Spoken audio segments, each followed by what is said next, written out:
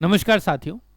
D triple S B के vacancies का इंतज़ार हम सभी कर रहे हैं, जिसमें प्राइमरी टीचर्स की वैकेंसीज का इंतज़ार बेसब्री से लोग कर रहे हैं। सभी पोस्टों के ऊपर वैकेंसीज आ भी चुकी हैं, उनके सिलेबस भी अपडेटेड हैं और काफ़ी पोस्टों के एग्जाम्स हो भी चुके हैं। लेकिन primary teacher D triple S B में अपने आप में एक ऐसी वैकेंसीज बनी हुई है जिसका इंतज़ार तो इतने सालों से कर रहे हैं सभी। ना ही इसका ऑफिशियल सिलेबस आया है और ना ही इससे संबंधित कोई चीज़ आई है। बस इतना पता है कि वो एक कंबाइंड एग्जाम होने वाला है एमसीडी डीओई और एनडीएमसी का, लेकिन अभी तक चीज़ें फाइनलाइज नहीं हुई है। काफ़ी लंबे समय से यही बार बार सुनने को मिल रहा है कि इनके बीच में जो रिक्रूटमेंट रूल से रिलेटेड कुछ पंगे थे कि कुछ सेटल नहीं हो पा रहा है, इस वजह से कन्फ्यूजन है और अभी तक वैकेंसीज नहीं आ रही है। कभी कभार केसेस में रिक्विजिशन भी सही टाइम से नहीं पहुंच पा रहा, ये भी अपने आप में कारण होता है। तो यहाँ पर डी ट्रिपल एस बी ने एक नोटिस निकाला है उन सभी डिपार्टमेंट्स को जो requisition D triple S B को भेजते हैं। उदाहरण के लिए मान के चलिए दिल्ली जल बोर्ड है, वह वैकेंसीज की requisition D triple S B को भेजता है क्योंकि वही उसका एग्जाम कंडक्ट कराता है। डीओई हो गया, एमसीडी हो गया, एनडीएमसी हो गया, ये सभी रिक्विजिशन वहाँ भेजते हैं क्योंकि एग्जाम कंबाइंड कराना है। तो जब तक चीज़ें ठीक नहीं होंगी तब तक तो काम हो नहीं पाएगा। तो ऐसे में यहाँ पर एक नोटिस निकाला है डी ट्रिपल एस बी ने, आम कैंडिडेट्स के लिए नहीं, उन सभी डिपार्टमेंट्स के लिए कि भाई तुम अपना काम थोड़ा सा ठीक से करो।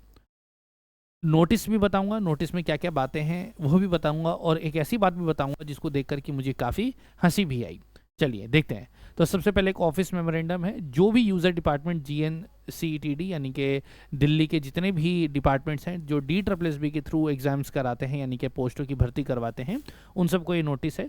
बार बार ये भेजा गया है कि वो ये कहना चाह रहे हैं कि इट इज़ बीन ऑब्जर्व्ड, यानी कि ये देखा गया है कि अलग अलग department, local body, autonomous body जैसे कि MCD D triple S B को डायरेक्ट रिक्रूटमेंट के लिए रिक्विजिशन भेजती है। किसके लिए? ग्रुप बी नॉन गेजेटेड या ग्रुप सी पोस्ट के लिए, जिसके अंदर बहुत सारी डिस्क्रिपेंसी रहती है despite availability of prescribe checklist. यानी कि डी ट्रिपल एस बी कहता है कि भाई हमने तो सारी चेकलिस्ट दे रखी है, बावजूद इसके इतनी सारी गलतियां, यानी कि जो एडवर्टीजमेंट भेजी जाती है उस परफॉर्मे में या उस डिटेल में नहीं भेजी जाती जैसी डी ट्रिपल एस बी को चाहिए, ताकि जब वो एडवर्टीजमेंट निकाले तो कोई कंफ्यूजन ना हो। ऑब्वियस सी बात है, एक बॉडी एग्जाम कंडक्ट कराएगी, एक लाइन नहीं लिखी होगी तो पूरा का पूरा मामला बिगड़ जाएगा, इतने बड़े बड़े केसेस हो जाएंगे, सालों तक वैकेंसी लटक जाएगी। तो एक्सपीरियंस के बेसिस पर एक परफॉर्मर और चेकलिस्ट दिया जाता है कि इन सभी पॉइंट्स को नोट करते हुए आप सारी बातें लिखिए। बावजूद इसके डिपार्टमेंट सारी चीज़ें नहीं दे पाते। अब ऑब्वियस सी बात है, इसमें केवल डीओई की बात नहीं है, सभी लोगों की इसमें बात करी जा रही है। हम ये भी नहीं कह सकते कि डीओई वाले तो सही करते हैं या गलत करते हैं, यहाँ पर सबकी बातें हमें नहीं पता किसकी बात चल रही है। तो ऐसे में वो कह रहे हैं कि भाई बहुत सारी गड़बड़ियाँ आती है। कॉमन डिस्क्रिपेंसी में सबसे ज़्यादा वो कह रहे हैं कि सबसे ज़्यादा जो PWD कैंडिडेट्स की जो गड़बड़ियाँ होती हैं कि कौन एलिजिबल है कौन नहीं, उसके बारे में बहुत दिक्कत आती है। एज रिलैक्सेशन से संबंधित बड़ी समस्या है, हम जानते हैं अभी एज को लेकर के बहुत प्रॉब्लम्स हैं। एजुकेशनल क्वालिफिकेशंस ETC, इन सब चीज़ों को लेकर के दिक्कतें यानी कि डिस्क्रिपेंसी यानी कि गलत चीज़ें आती हैं या फिर कंफ्यूजिंग चीज़ें आती हैं जिसके ऊपर काफ़ी सारे सवाल होते हैं और जिसकी वजह से चीज़ें डिले हो जाती हैं। तो ये कहता है कि ये जो शॉर्ट कमिंग्स है ये क्या करता है, क्लैरिफिकेशंस बार बार लिए जाते हैं, यानी कि डी ट्रिपल एस बी बार बार उस डिपार्टमेंट से फ़ोन कर करके क्लैरिफिकेशन लेता है, भाई क्या भर दिया तुमने, क्या है, इसको ठीक से समझाओ। फिर फाइल इधर उधर जाती रहती है और एक काम जो आज होना है वो 2 साल बाद, 2 साल बाद एडवर्टीजमेंट इशू होता है। ये एक बड़ी प्रॉब्लम है। Delay in issuance of advertisement, completion of recruitment process. D triple S B इस चीज़ को मानता है कि इन डिलेज की वजह से रिक्रूटमेंट प्रोसेस में बड़ी दिक्कत होती है, नोटिफिकेशन भी नहीं निकल पाता है। यानी कि इस नोटिस को निकाल करके डी ट्रिपल एस बी अपने आप को पाक साफ बता रही है कि भाई हमारी तो कोई प्रॉब्लम नहीं है, हमारे पास तो चीज़ें आएंगी, हम कर देंगे, हमारे पास ही गलत चीज़ें आ रही है। नहीं कि अपने आप को बता रहा है कि भाई हमारे पास चीज़ ही नहीं है तो हम कहाँ से इशू करें। ठीक है, तो जिस भी वैकेंसीज का हम इंतजार कर रहे हैं कुल मिलाकर के ये है कि डी ट्रिपल एस बी कह रही है कि हमारे पास ही नहीं आ रहा तो हम कहाँ से करें, और हम डिपार्टमेंट से पूछते हैं तो डिपार्टमेंट बोलता है जी हमने तो भेज दिया। तो ऐसे करके RTIs में हमने देखा भी है कि रिक्विजिशन भेजा हुआ है लेकिन रिक्विजिशन इन्होंने एक्सेप्ट ही नहीं किया क्योंकि उसमें काफ़ी डिस्क्रिपेंसीज आ रही हैं। तो कुल मिलाकर के फिलहाल बात तो ये समझ में आ रही है।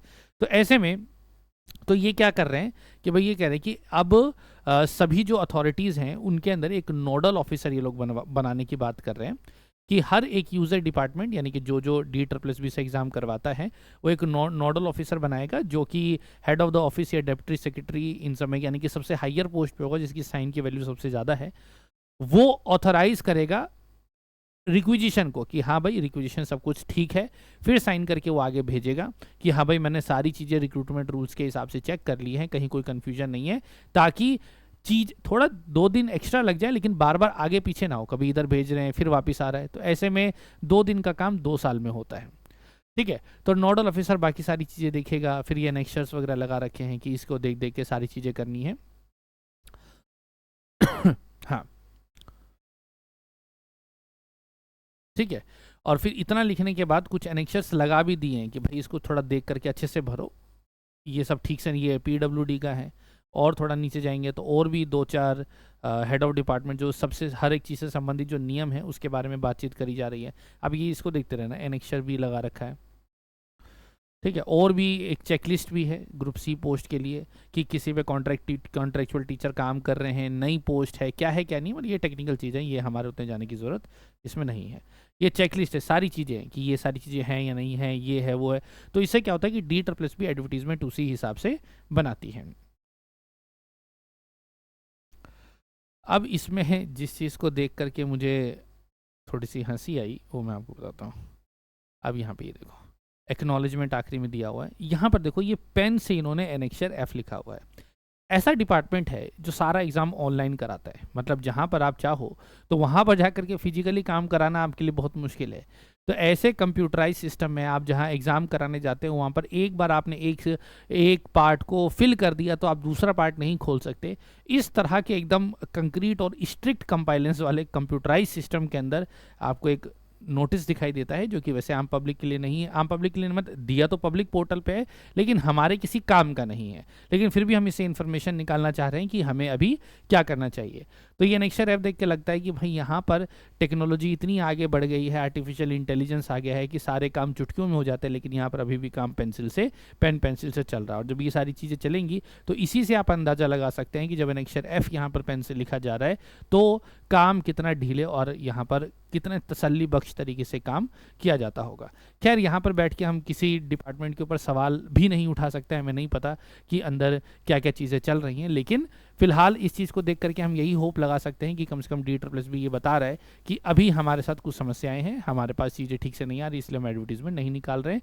It means we could have a good hope, हम एक अच्छा होप रख सकते हैं कि भविष्य में आगे आने वाले समय में जल्दी ही हमको वैकेंसीज दिखाई दे, जिसके अंदर मैं प्राइमरी टीचर की पोस्ट पर वैकेंसी सबसे ज़्यादा एक्सपेक्ट कर रहा हूँ। उसके अलावा TGT PGTs तो है ही, स्पेशल एजुकेटर्स भी हैं। ठीक है, बाकी देखते हैं। I hope all the points are clear. ये नोटिस से आप क्या कंप्रीहेंड कर पा रहे हैं कि DSSB असल में क्या बात बताना चाह रहा है। अगर आपको लग रहा है मेरी कही हुई बातों के अलावा भी कुछ ऐसी बातें हैं तो आप कमेंट्स में अपनी बात ज़रूर बताइएगा। आप किस एग्ज़ाम के लिए तैयारी कर रहे हैं वो भी आप कमेंट बॉक्स में शेयर कीजिए, और संबंधित एग्जाम्स के बारे में यदि किसी भी तरह का कोई अपडेट या आपको लगता है कि कोई बात आपको जाननी है तो कमेंट में आप अपनी बात को ज़रूर बताइए। फिलहाल अभी के लिए इतना ही, मिलेंगे अगले सत्र में, तब तक के लिए नमस्कार, धन्यवाद, जय हिंद, जय भारत।